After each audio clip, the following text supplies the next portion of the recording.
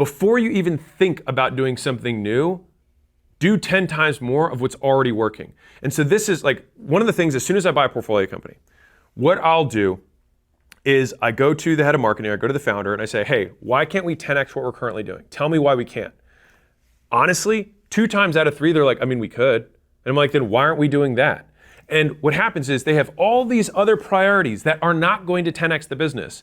And they have this one thing that we already know works, that we have nothing that's stopping us from 10xing the business. And I say, great, let's do that. Call me in 6 months. Now, the thing is in the 1 out of 3 times where they say, well, we can't 10x this because of this thing.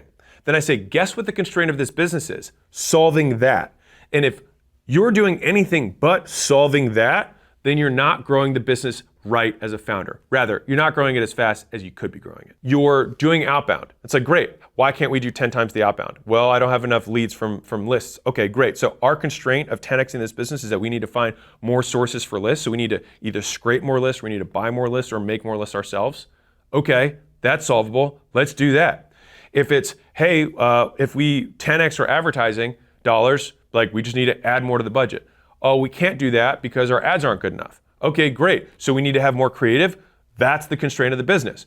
If it's content, which is why can't we make 10x content or make our content 10 times better, or maybe realistically a combination of the two, which is we're going to put out 2 times the content and we're also going to try and make it 2 to 3 times better. Great.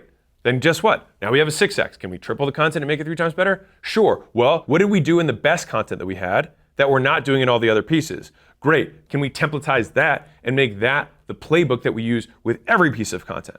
Great. We're not doing that? Cool. Let's do that before we do any of these other ideas that you had.